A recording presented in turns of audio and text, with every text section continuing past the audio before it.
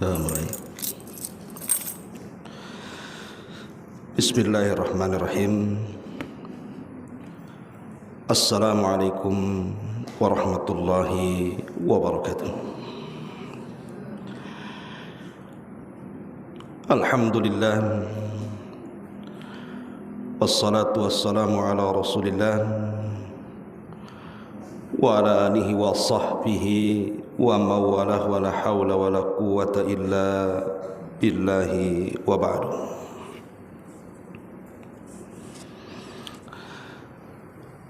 Alhamdulillah, di pagi menjelang siang ini kita bisa duduk kembali di Masjid Salahuddin Tiban Pajak, Batam. Salawat dan juga salam kita hadiahkan kepada Rasul kita Nabi besar Muhammad sallallahu alaihi wa ala alihi wasallam.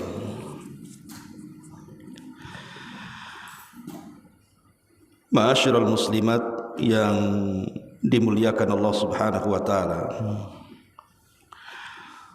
Sebagaimana yang diminta tema hari ini, kita akan membahas tentang persiapan menghadapi bulan Dzulhijjah.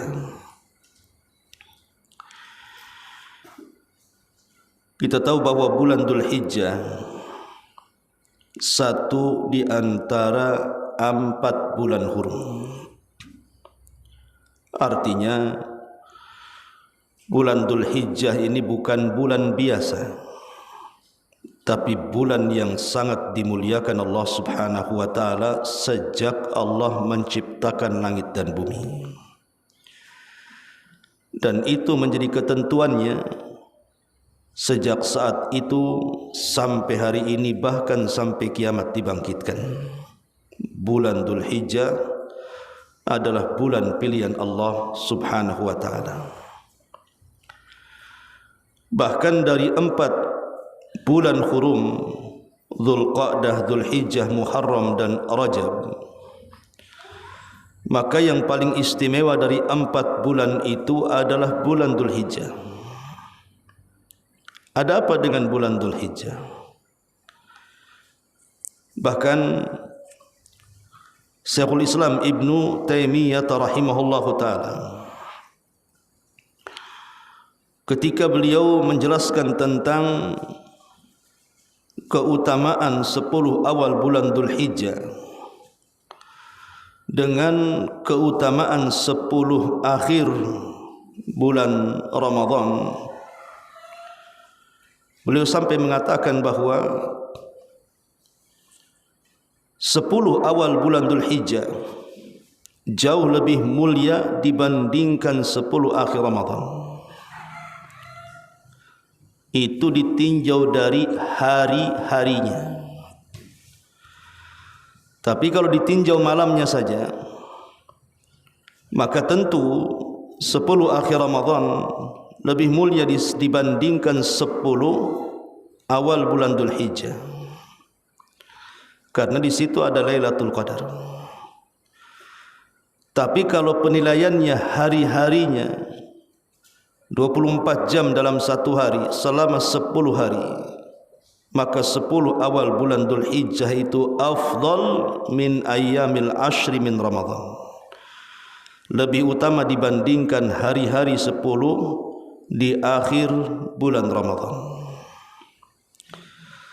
Tentu ada alasannya kenapa kemudian hari-hari di 10 awal bulan Dzulhijjah jauh lebih istimewa dibandingkan di 10 akhir Ramadan.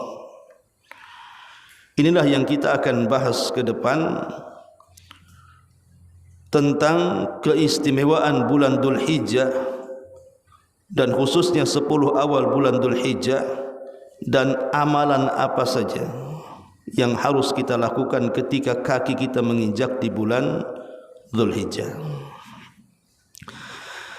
Ma'asyiral muslimat yang dimuliakan Allah Subhanahu wa taala, adapun keutamaan Bulan Dhul Hijjah secara umum sudah jelas. Dia adalah satu di antara 4 bulan hurum, bahkan yang terbaik. Tetapi secara khusus dari bulan Dhul Hijjah itu ada 10 awal, mulai tanggal 1 Dhul Hijjah sampai tanggal 10.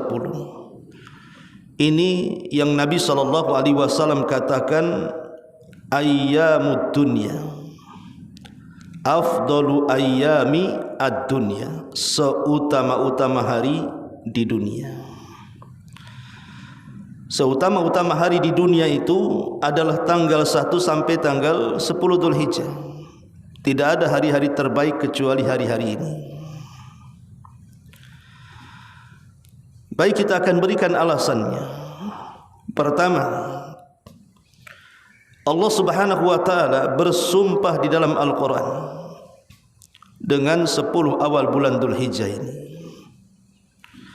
Allah mengatakan dalam surah Al-Fajr, wal fajri walayalin ashri, demi waktu fajar dan demi layalin malam-malam ashrin yang 10.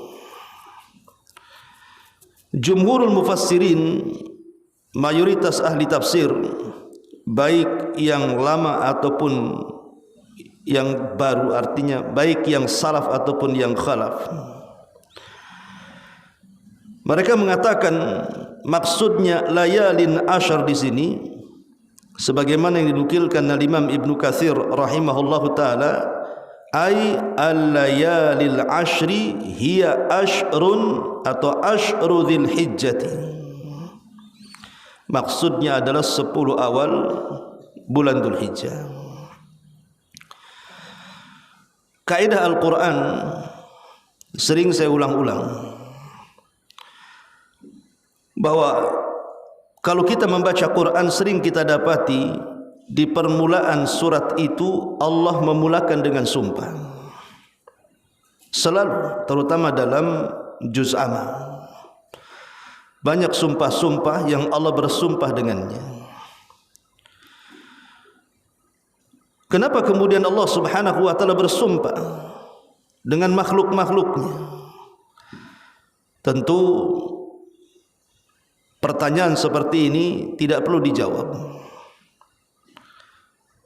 karena kita tidak boleh bertanya apa yang Allah lakukan.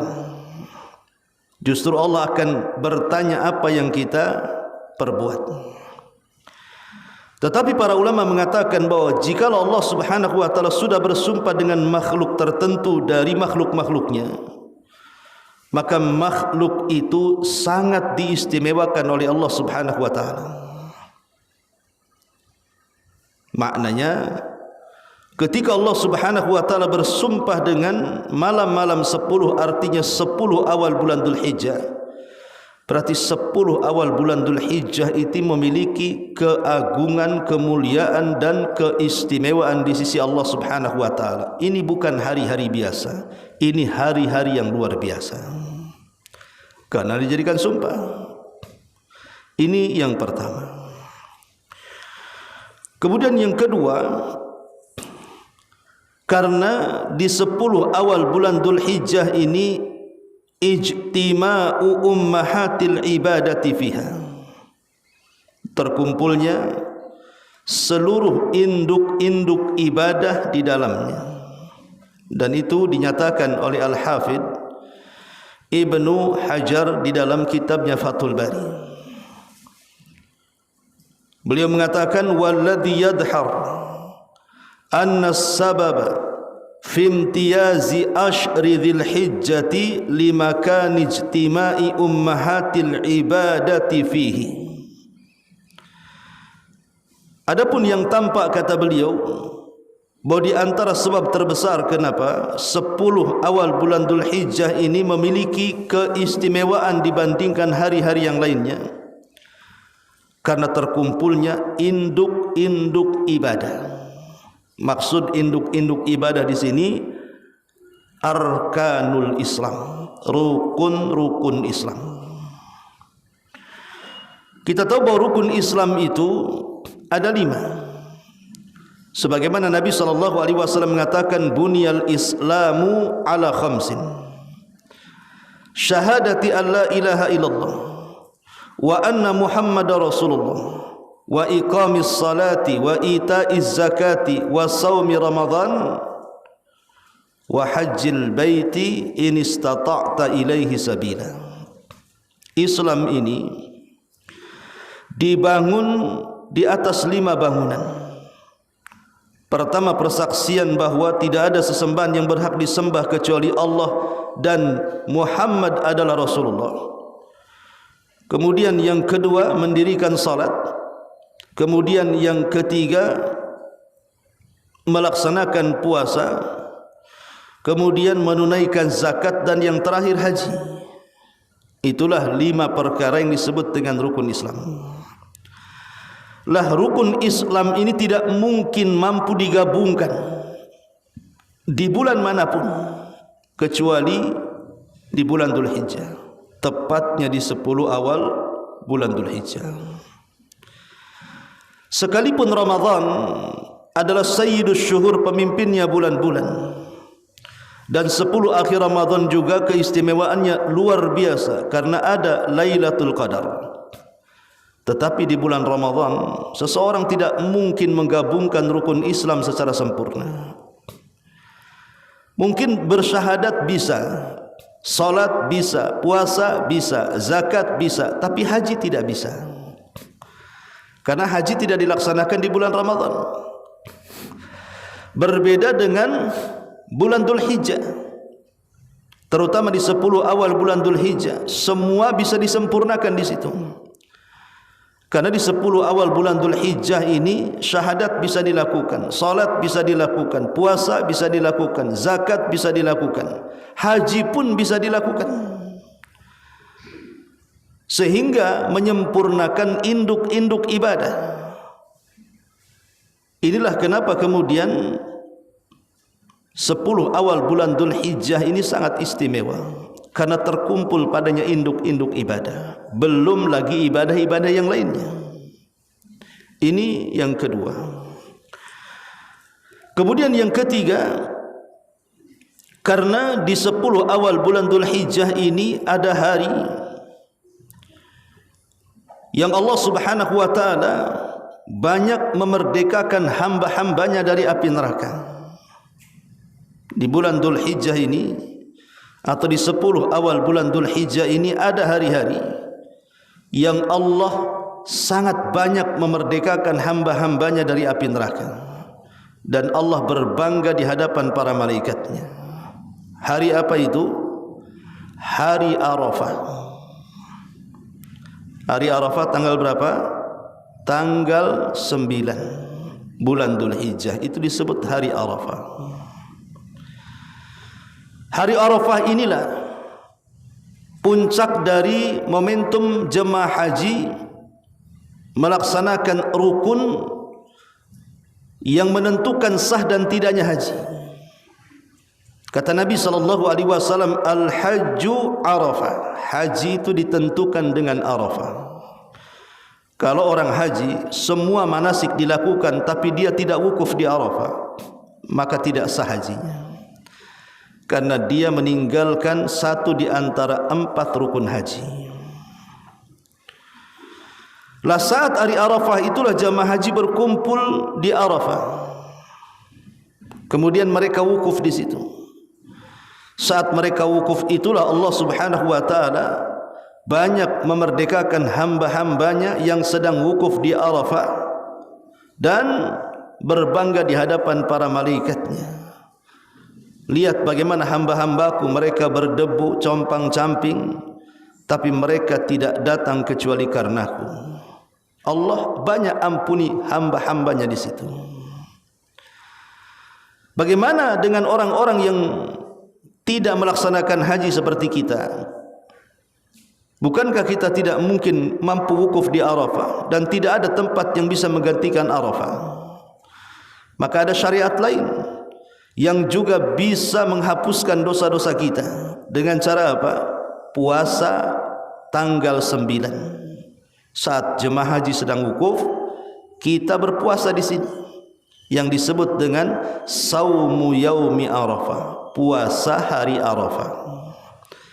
Pahalanya yukaffirus sanatal madiyatal baqiyah. Dia bisa menggugurkan setahun ke belakang, dia bisa menggugurkan dosa setahun ke belakang dan menggugurkan dosa setahun yang akan datang. Inilah kenapa 10 awal bulan Dzulhijjah itu istimewa, karena di situ ada hari Arafah. Yang keempat, kenapa kemudian juga 10 awal bulan Dzulhijjah ini sangat istimewa? Bahkan dikatakan khairu ayyamid dunya, sebaik-baik hari dalam dunia, karena di dalamnya ada yaumun nahri, hari di mana kita melakukan persembahan kepada Allah Subhanahu wa taala dengan menyembelih hewan-hewan untuk dihadiahkan kepada Sang Pencipta kita Allah Tabaraka wa taala, atau disebut dengan Idul Adha, menyembelih kurban di waktu duha. Nabi SAW mengatakan a'zamul ayyami indallahi yawman nahr thumma al-qarn. Hari-hari yang paling agung di sisi Allah Subhanahu wa taala adalah hari ketika manusia melakukan penyembelihan kurban. Tanggal berapa? Tanggal 10. Kemudian setelah hari korban disebut dengan qar. Qar itu menetap, karena jemaah haji pada tanggal 11 itu sudah mulai menetap di Mina. Ada yang sampai tanggal 12 pulang, ada yang menyempurnakan sampai tanggal 13 baru pulang. Inilah yang kemudian menjadikan keistimewaannya, di mana di 10 awal bulan Dzulhijjah itu ada hari persembahan. Persembahan kurban-kurban kita kepada Allah Subhanahu wa taala. Dan itulah hari di mana kita sedang mengagungkan syiar-syiar Allah Subhanahu wa taala. Dzalika wa man yu'azzim sya'airallah fa innaha min taqwal qulub. Yang demikian itulah, barang siapa yang mengagungkan syiar-syiar Allah, maka itu menunjukkan ketakwaan dalam hatinya. Itulah kenapa Yaumun Nahar atau hari persembahan kurban itu sangat istimewa, dan itu dilakukan di 10 awal bulan Dzulhijjah, tepatnya di tanggal 10, kemudian 11, 12 dan 13, atau disebut dengan hari tasyrik. Ini yang keempat. Kemudian yang kelima, Allah Subhanahu wa taala menjadikan bulan Dzulhijjah, terkhusus 10 awal bulan Dzulhijjah ini, sebagai afdalu ayyamid dunya, seutama-utama hari di dunia. Karena Allah Subhanahu wa taala jadikan 10 awal bulan Dzulhijjah itu adalah mawasimul khairi, musim-musim seseorang itu melakukan banyak kebaikan. Itu musim kebaikan. Kalau kita kenal di lingkungan kita ada musim mangga, tentu ketika musim mangga di mana-mana. Kalau musim durian, ya durian di mana-mana. Kalau musim jambu, ya jambu di mana-mana. Kalau musim kebaikan, maka orang yang melakukan kebaikan di mana-mana. Kenapa disebut mawasimul khair, musim-musim kebaikan? Karena orang yang beramal saleh di bulan Dzulhijjah itu pahalanya besar, melebihi beramal di bulan-bulan yang lainnya.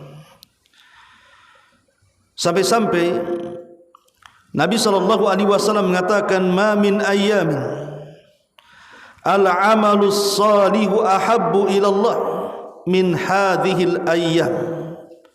Tidak ada hari-hari yang amal soleh itu lebih dicintai oleh Allah Subhanahu wa taala dibandingkan orang yang beramal soleh di hari-hari ini. Maksudnya 10 awal bulan Dzulhijjah. Lihat perkataan Nabi SAW di sini. Tidak ada hari-hari yang kalau ibu-ibu melakukan amal soleh apapun, kebaikan dan kebajikan apapun, kalau dilakukan di 10 awal bulan Dzulhijjah itu jauh lebih dicintai Allah dibandingkan di hari-hari di bulan-bulan yang lainnya. Menariknya adalah ketika sahabat Nabi SAW tercengang dengan pahala yang akan didapat bagi orang-orang yang beramal soleh di 10 awal bulan Dzulhijjah ini, mereka sampai membandingkan dengan perkara yang menurut mereka tidak ada amalan yang lebih tinggi daripada itu. Apa itu? Jihad. Sahabat mengatakan, walal jihadu fi sabilillah. Rasul, apakah sebanding dengan orang-orang yang berjihad di jalan Allah, mengangkat senjata, masuk dalam dunia pertempuran, membela agamanya, membela negaranya, apakah sama pahalanya dengan orang-orang yang berjihad? Maka Nabi SAW mengatakan, la, tidak. Orang yang beramal soleh di 10 awal bulan Dzulhijjah jauh lebih istimewa dibandingkan jihad. Subhanallah. Padahal kita tahu bahwa jihad itu sanamul Islam, puncak daripada Islam. Sebagaimana Nabi mengatakan, ra'sul amri al-Islam wa amuduhus salah wa dhirwatus sanami al-jihadu fi sabilillah. Pokok urusan hidup manusia adalah Islam, tiang Islam adalah salat, dan puncaknya adalah jihad. Tetapi Rasul mengatakan orang yang beramal soleh di 10 awal bulan Dzulhijjah tetap tidak bisa diremehkan, walaupun dibandingkan dengan jihad yang merupakan puncak daripada Islam. Tetapi Nabi SAW memberikan pengecualian. Apa pengecualiannya? Illa rajulun kharaja bimali wa kharaja binafsi walam yarji min dzalika bi syai'in.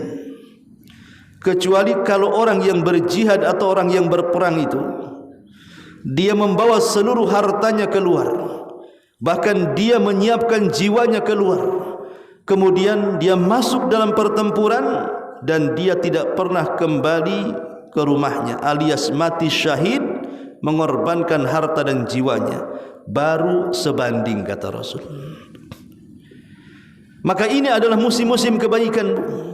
Siapapun yang beramal soleh di 10 awal bulan Dzulhijjah itu pahalanya sebanding orang mati syahid.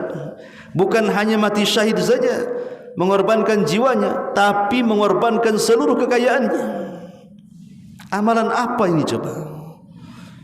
Makanya saya nasihatkan kalau sudah menginjak 10 awal bulan Dzulhijjah, hati-hati. Perbanyak kebaikan.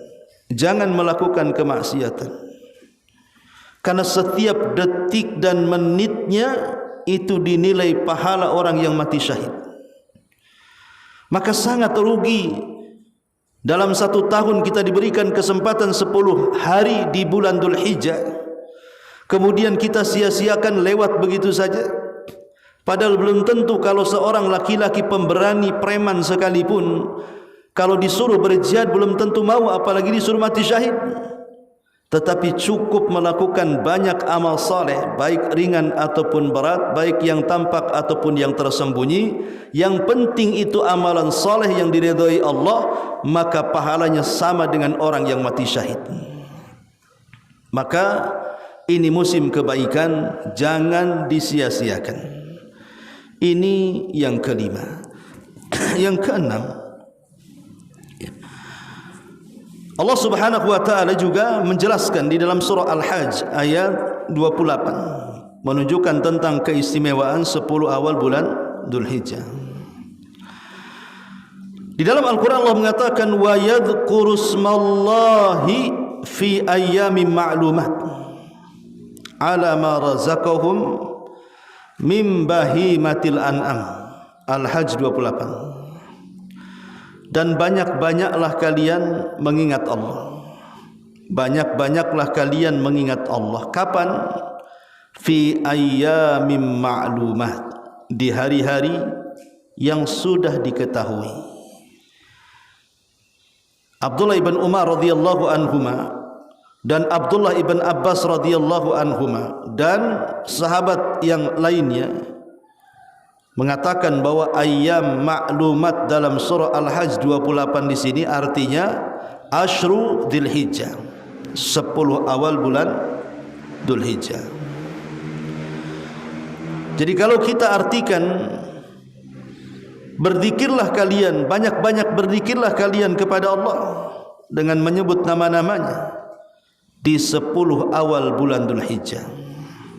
Ala ma razaqahum min bahimatil an'am, atas apa yang Allah telah rizkikan kepada mereka dari binatang-binatang ternak. Jadi Allah Subhanahu wa taala sampai memerintahkan kepada kita untuk menunjukkan 10 awal bulan Dzulhijjah itu sangat istimewa. Disuruhnya kita banyak berzikir. Dan Allah tidak menyebut di hari-hari di luar daripada 10 awal bulan Dzulhijjah perintah seperti ini.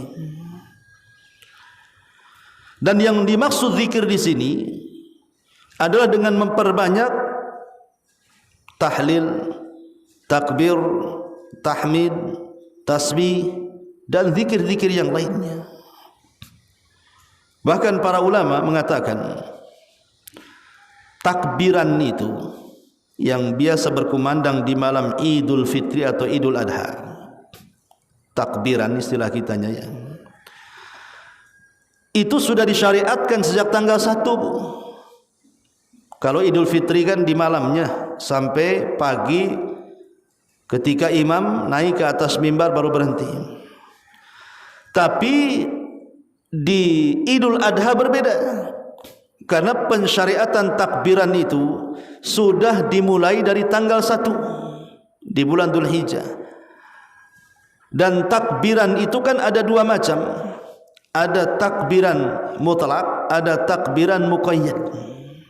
Kalau takbiran mutlak artinya bisa dilakukan dalam kondisi apapun, dimanapun ibu berada bisa ibu kumandangkan.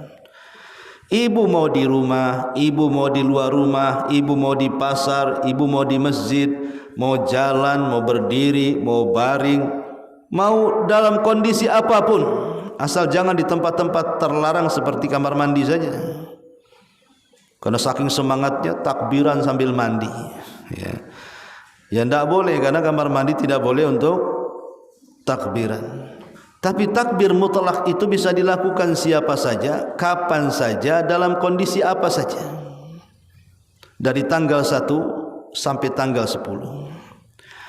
Adapun takbiran yang muqayyad itu dilakukan dari tanggal 11 sampai tanggal 13. Maksud muqayyad di sini terikat, hanya dilantunkan selepas sholat wajib saja. Jadi sehari cuma 5 kali dilantunkan selepas sholat wajib yang 5. Tapi tanggal 1 sampai tanggal 10 maka silahkan takbiran di mana saja. Ibu sambil masak takbiran, sambil belanja takbiran, dan gitu. Ibu takbiran di pasar, kata orang pasar, Bu, belum sampai Idul Adha aku udah takbiran. Ini sunnah. Banyak orang yang tidak paham. Dulu di zaman salaf itu tanggal 1 sampai tanggal 10 itu menggema di mana-mana takbir. Karena memang Allah Subhanahu wa taala mengatakan di sini dalam surah Al-Hajj 28, "Wadhkuru ismallahi fi ayyamin ma'lumat." Banyak-banyaklah mengingat Allah, menyebut-nyebut nama Allah di hari-hari yang sudah diketahui, artinya hari-hari 10 awal bulan Dzulhijjah. Ma'asyiral muslimat yang dimuliakan Allah Subhanahu wa taala. Ini yang ke-6. Kemudian yang ke-7, bahwa di 10 awal bulan Dzulhijjah ini disebutkan di dalam Al-Qur'anul Karim dalam surah Al-A'raf 42, ketika menceritakan tentang kisah Nabi Musa, Allah mengatakan wa wa'adna Musa 30 lailatan wa atmamnaha bi ashrin fatamma miqatu rabbih 40 lailatan. Dan sungguh kami telah melakukan perjanjian dengan Musa selama 30 malam. Kemudian kami sempurnakan 10 malam berikutnya, maka sempurnalah perjumpaan Musa dengan Rabb-Nya itu 40 malam. Awalnya 30 malam, kemudian ditambah 10 malam jadi 40 malam. Maksudnya apa di sini? Kita tahu bahwa Nabi Musa alaihi salatu wassalam adalah nabi yang paling masyhur dari nabi-nabi Bani Israel. Dan diturunkan kepada nabi ini satu kitab langit yang disebut dengan Taurat. Lah saat Nabi Musa hendak mendapatkan mandat Taurat dari Allah Subhanahu wa taala, maka Allah meminta Musa untuk datang ke Bukit Saina atau Bukit Tur. Lah disitulah ketika Nabi Musa alaihi salatu wasallam hendak berdialog dengan Allah, maka syarat berdialog itu Musa harus melakukan puasa selama 30 malam. Di hari ke-30 Musa membatalkan puasanya karena alasannya kalau tidak dibatalkan mulutnya akan mengeluarkan bau busuk, karena orang yang berpuasa itu kan kalau menghirup udara yang keluar dari mulut orang-orang yang berpuasa itu kan tidak sedap menurut kita, tapi menurut Allah tentu lebih harum dibandingkan minyak kasturi. Sehingga Nabi Musa hampir membatalkan, maka Allah Subhanahu wa taala perintahkan jangan, tambah lagi 10 malam. Akhirnya Musa melanjutkan 10 malam lagi, baru kemudian berdialog dengan Allah Subhanahu wa taala setelah genap 40 malam. Ulama tafsir mengatakan bahwa yang dimaksud 30 malam pertama Musa berpuasa itu adalah 30 hari di bulan Dzulqa'dah, bulan yang sekarang kita ini berada di dalamnya. Adapun 10 hari penyempurna dari 30 hari itu maksudnya adalah 10 awal bulan Dzulhijjah, karena setelah Dzulqa'dah Dzulhijjah. Disinilah momen di 10 awal bulan Dzulhijjah ketika selesai Nabi Musa melaksanakan saum puasa, maka Allah melakukan dialog dengan Nabi Musa. Dan ini keistimewaan kenapa Allah pilih 10 awal bulan Dzulhijjah untuk berdialog dengan Nabi Musa, memberikan mandat Taurat, menunjukkan bahwa 10 awal bulan Dzulhijjah itu sangatlah istimewa. Itu maksudnya. Ma'asyiral muslimat yang dimuliakan Allah Subhanahu wa taala. Kemudian juga disebutkan di dalam surah Al-Baqarah ayat 197. Allah mengatakan al-hajju ashhurun ma'lumat. Haji itu dikenal ada bulan-bulan yang telah ditentukan untuk pelaksanaan haji. Dimulai daripada Syawal, Dzulqa'dah dan Dzulhijjah. Jadi bulan-bulan haji itu dari mulai Syawal, kemudian masuk Dzulqa'dah, dan Dzulhijjah itu puncaknya tanggal 8 sampai tanggal 13 hari tasyrik kalau mau sempurna. Tapi sebenarnya pelaksanaan rukun-rukun haji itu sudah usai di tanggal 10 Bu sebenarnya. Jadi kalau seandainya setelah tanggal 10 setelah melaksanakan tawaf wada pulang jemaah haji, enggak ada masalah, sah hajinya. Karena tanggal 11, 12 dan 13 orang menetap di Mina itu tinggal melaksanakan beberapa kewajiban, tinggal bayar dam saja. Tetapi berakhir haji itu di tanggal 10 sebenarnya. Artinya rukun-rukunnya sudah selesai. Tapi yang ingin saya katakan di sini bahwa Dzulhijjah itu adalah bagian daripada bulan haji, dimulai daripada Syawal, Dzulqa'dah dan Dzulhijjah, dan itulah yang menentukan ibadahnya. Kalau Syawal itu kan persiapan berangkatnya, Entah dari sini persiapan ngurus-ngurus sana sini gitu ya.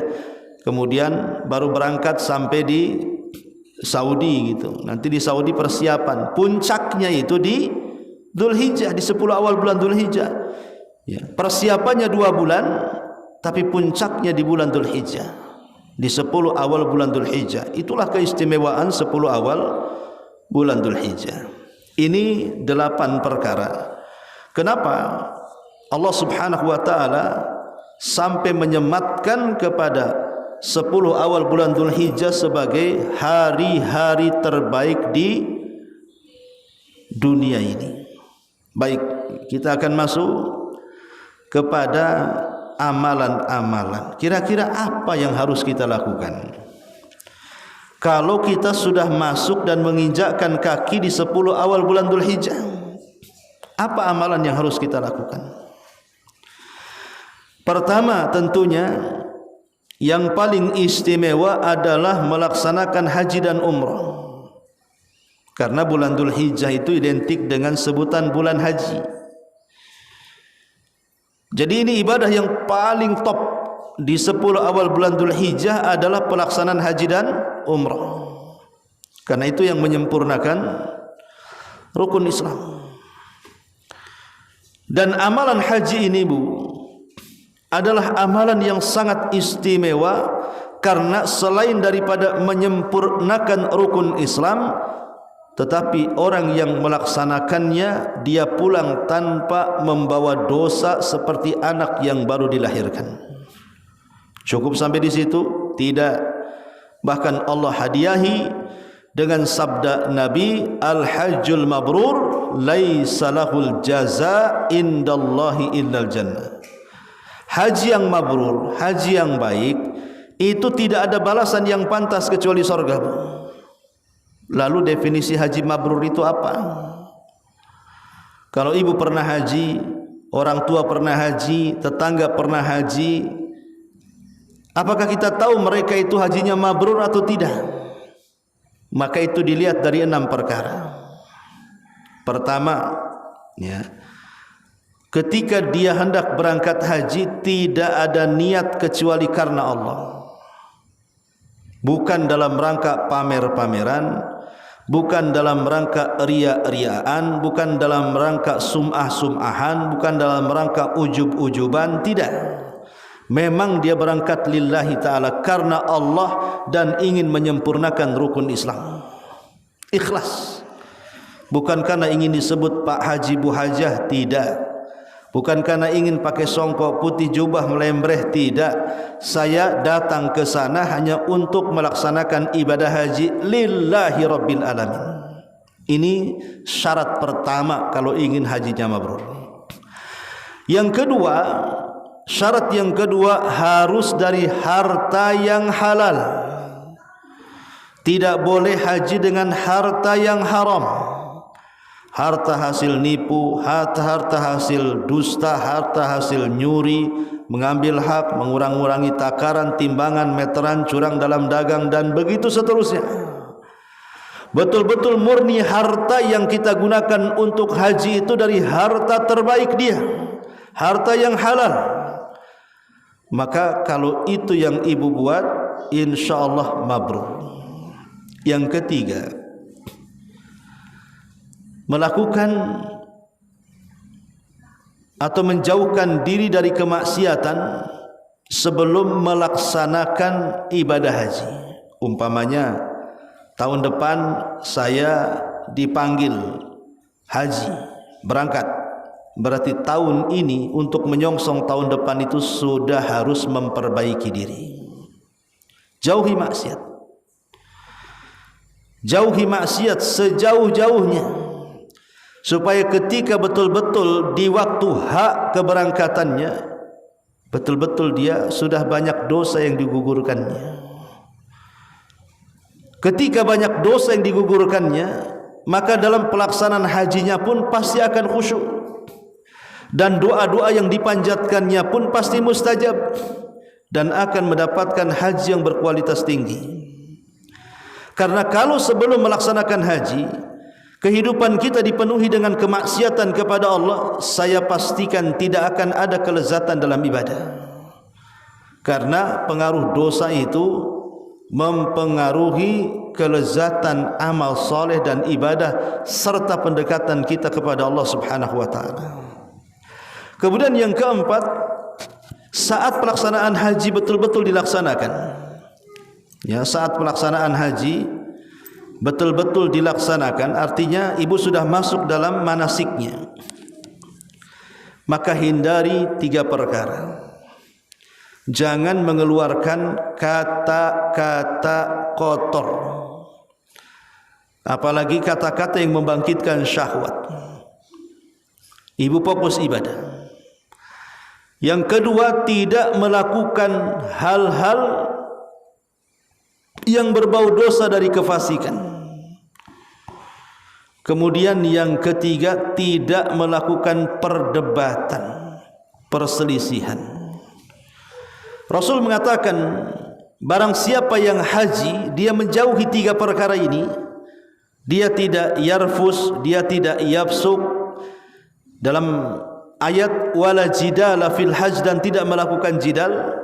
Inilah orang-orang yang ketika pulang kayaumin waladathu ummuhu, seperti hari di mana dia dilahirkan oleh ibunya tanpa dosa. Ini yang keempat. Kemudian yang kelima, ketika kemudian dia pulang dari haji,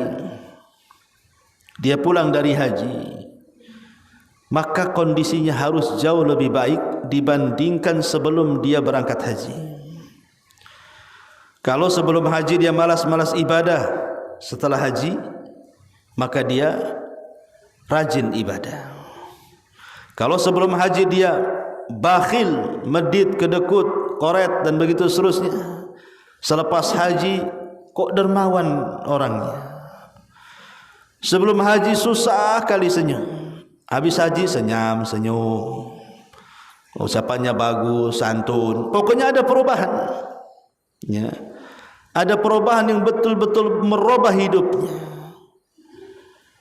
Ini di antara syarat-syarat kenapa haji itu dikatakan mabrur. Makanya mabrur itu artinya yang memperbaiki, dengan hajinya memperbaiki dirinya.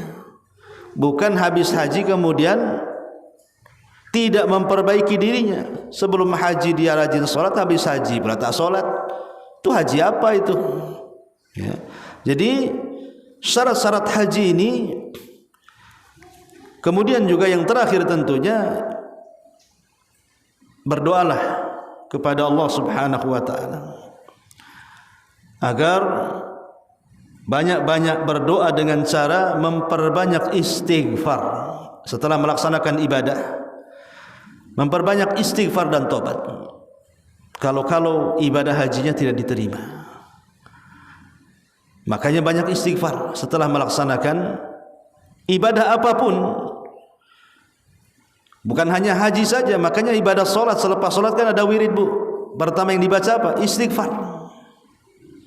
Maka begitu juga sama. Setelah melaksanakan ibadah haji juga, kita dianjurkan untuk memperbanyak istighfar supaya amalan kita tidak sia-sia. Ini yang pertama. Yang kedua, amalan yang dianjurkan di bulan Dzulhijjah yang besar-besar ya, ibadah kurban. Ibadah kurban adalah ibadah yang sangat istimewa karena kita sedang melakukan persembahan kepada Allah Subhanahu wa taala, dan ini bukti tauhid. Bukti daripada kita sedang mengesahkan Allah, bukti daripada kita sedang menghambakan diri kepada Allah. Saat para dukun, paranormal, mereka memerintahkan orang-orang untuk menyembelih kepada selain Allah, kepada iblis, kepada setan, ataupun orang-orang musyrik yang menyembelih sembelihan untuk pepohonan, untuk gunung-gunung, rawa-rawa, gua-gua atau tempat-tempat yang mistik dan yang lainnya. Maka kita ahli tauhid tidak menyembelih kecuali hanya untuk Allah. Jadi berlawanan kurbannya mereka orang-orang musyrik untuk selain Allah, dan kita kaum muslimin korbannya lillahi rabbil alamin, hanya untuk Rabb semesta alam. Qul innas salati wa nusuki wa mahyaya wa mamati lillahi rabbil alamin. Katakan salatku, penyembelihanku, hidupku dan matiku kuserahkan kepada Rabb semesta alam. Jadi kurban itu adalah bentuk nyata daripada tauhid, daripada tauhid, menyembelih karena Allah Subhanahu wa taala. Ini ibadah yang kedua. Ibadah yang ketiga selain kurban adalah puasa. Perbanyak puasa, baik Seninnya atau Kamisnya, terutama puasa tanggal 9 yang disebut dengan puasa Arafah, yang Nabi SAW mengatakan saumu yaumi Arafah ahtasibu 'ala Allah an yukaffira as-sanata allati qablahu wa sanata allati ba'dahu. Puasa hari Arafah, kata Rasul, ahtasibu 'ala Allah, aku akan meminta pahala kepada Allah Subhanahu wa taala bagi orang yang berpuasa, an yukaffira, untuk digugurkan dosa-dosanya, as-sanah allati qablahu, 1 tahun sebelumnya, was-sanata allati ba'dahu, dan 1 tahun setelahnya. Jadi jangan sampai nanti tanggal 9 di bulan Dzulhijjah kita tinggalkan berpuasa. Kemudian yang keempat, amalan di 10 awal bulan Dzulhijjah adalah at-takbir. Takbir, bahasa kita takbiran, yang sudah saya jelaskan dari tanggal 1 sampai tanggal 13. Tapi ada yang mutlak, ada yang muqayyad, ya. Jadi ini di antara haji, kurban, puasa, kemudian takbiran, kemudian memperbanyak amal soleh secara umum. Memperbanyak amal soleh secara umum, ya. Seperti apa contohnya amal soleh secara umum itu? Yang pertama, solat. Jaga solat 5 waktu, terutama solat-solat yang memang memiliki keistimewaan yang luar biasa, seperti solat asar dan solat fajar, itu disebut solat wusta. Maka jaga solat yang 5 waktu, dan kalau bisa tambah dengan yang sunnah-sunnahnya. Tambah yang sunnah-sunnahnya. Di sana ada rawatib, di sana ada qiyamul lail, di sana ada duha, tahiyatul masjid, solat sunnah wudu, macam-macam solat itu. Solat sunnah taubat, macam-macam, ya. Intinya jaga solat. Jaga solat, ya, duha, witir, tahajud, dan begitu seterusnya. Yang kedua, perbanyak sedekah. Di 10 awal bulan Dzulhijjah itu perbanyak sedekah. Mumpung pahala sedekah di 10 awal bulan Dzulhijjah sebanding dengan orang yang mati syahid. Kalau setiap hari ibu bersedekah dari tanggal 1 sampai tanggal 10, dan 1 hari ibu beramal, itu bukan 1 amalan, bisa bermacam-macam amalan. Anggap saja 1 hari ibu mengejar 5 amalan, yang 5-5-nya akan dibandingkan setara dengan orang yang mati syahid.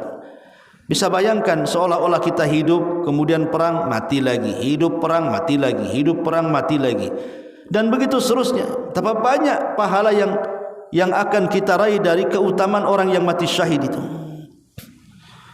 ya. Maka perbanyak sedekah. Ini yang kedua. Yang ketiga, perbanyak zikir.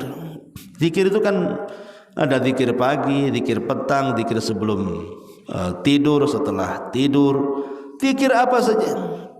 Dan zikir ini ibadah yang ringan sebenarnya, bisa dilakukan siapa saja. Seperti mamanya menyebutkan subhanallah wa bihamdi subhanallahil azim, subhanallah wa bihamdi subhanallahil azim. Ini saja sudah luar biasa. Belum dikaitkan dengan 10 awal bulan Dzulhijjah saja, orang yang mengucapkan tasbih dan tahmid itu bisa menggugurkan dosa walaupun sebanyak buih di lautan. apalagi dilakukan di 10 awal bulan Dzulhijjah, makin bertambah-tambah tuh pahalanya. Maka di bulan Dzulhijjah ini perbanyak bersedekah. Kemudian yang keempat, memperbanyak membaca Quran. Memperbanyak membaca Al-Quran. Kapan lagi kita ini memperbanyak amalan ibadah, ya?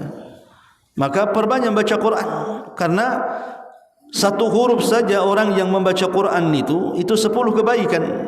Seandainya dilakukan di luar 10 awal bulan Dzulhijjah, apalagi kalau dilakukan di 10 awal bulan Dzulhijjah, tentu lagi akan lebih istimewa lagi tentunya pahalanya, ya. Dan banyak lagi amalan-amalan secara umum, ya, birrul walidain, kemudian berbuat baik kepada tetangga, menyantuni anak-anak fakir miskin, orang-orang yatim, dan begitu seterusnya. Ibu lebih paham amal soleh itu macam-macam. Artinya setiap kebaikan dan kebajikan yang dilakukan dengan keikhlasan dan ittiba mencontoh Nabi, maka itulah amal soleh yang diridhoi oleh Allah Subhanahu wa ta'ala.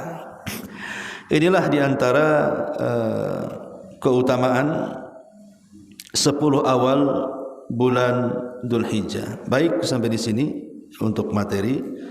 Silakan kalau ada yang mau bertanya, kita buka tanya jawab. Iya. Apakah sholat-sholat sunnah bertambahan sholat wajib tadi termasuk pada sholat sunnah hajat dan juga sholat sunnah taubat? Gimana?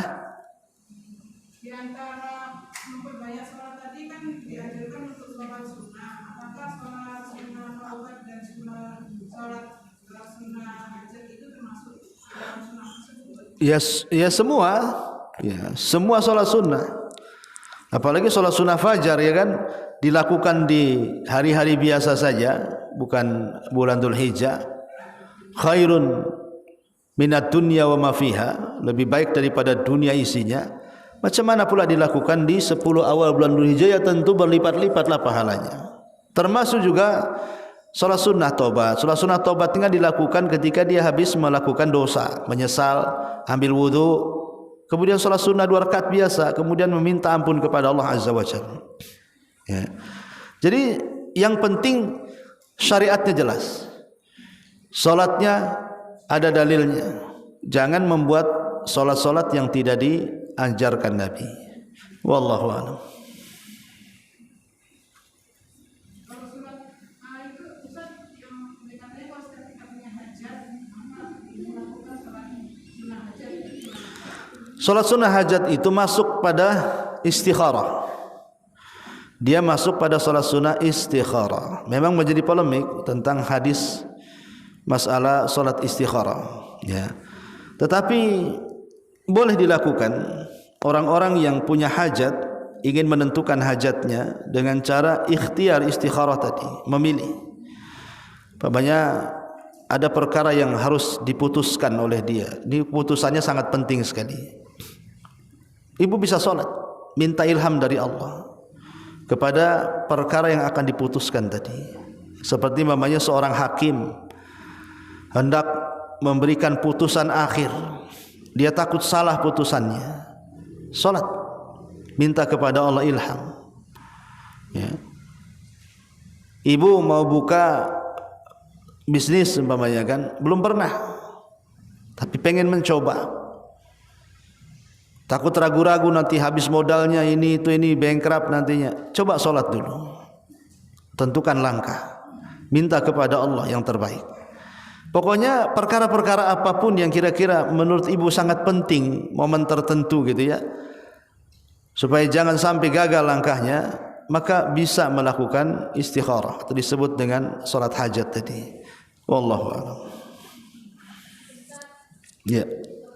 Ketika orang yang mau haji juga ini mau hewan kurban kan, apakah syariat itu sama dengan kita yang tidak berhaji? Satu suami istri pergi berhaji, apakah itu masing-masing yang berkorban atau sama dengan yang tidak berhaji? Misalnya kambing kambing misalnya bisa satu keluarga gitu Ustaz. Ulangi. Nggak dengar. Jika orang yang berhaji, Oke, orang haji. mereka kan juga ada siap memotong hewan kurban juga kan Ustaz. Iya, hadiyu namanya, betul. Haji ya Ustaz. Misalnya suami istri yang pergi berhaji berdua, apakah memotong hewan kurban haji itu masing-masing atau sama kaidahnya dengan ketika? Oh enggak, ya masing-masing lah. Kan hajinya masing-masing. Lain kalau kurban itu bisa berserikat. Maksudnya berserikat pahala, bukan berserikat kurban. Berserikat kurban itu hanya ada di 2 binatang, sapi dan unta. Itu pun 7 orang. Tapi kambing tidak bisa. Kambing itu untuk satu kambing 1 orang, sehingga tidak bisa berserikat dalam hewannya, tapi boleh berserikat dalam pahalanya. Ketika memotong kambing, suami ibu mengucapkan Allahumma taqabbal minni wa min ahli baiti. Ya Allah, terimalah ini kurban dariku dan kurban seluruh keluargaku. Maka itu yang dibiasakan dilakukan oleh sahabat seperti itu. Jadi beda ya antara kurban dengan hadiyu. Wallahu a'lam. Baik. Kalau sudah kita tutup. Mudah-mudahan ada manfaatnya. Subhanakallahumma bihamdika asyhadu an la ilaha illa anta astaghfiruka wa atubu ilaik. Allahu ta'ala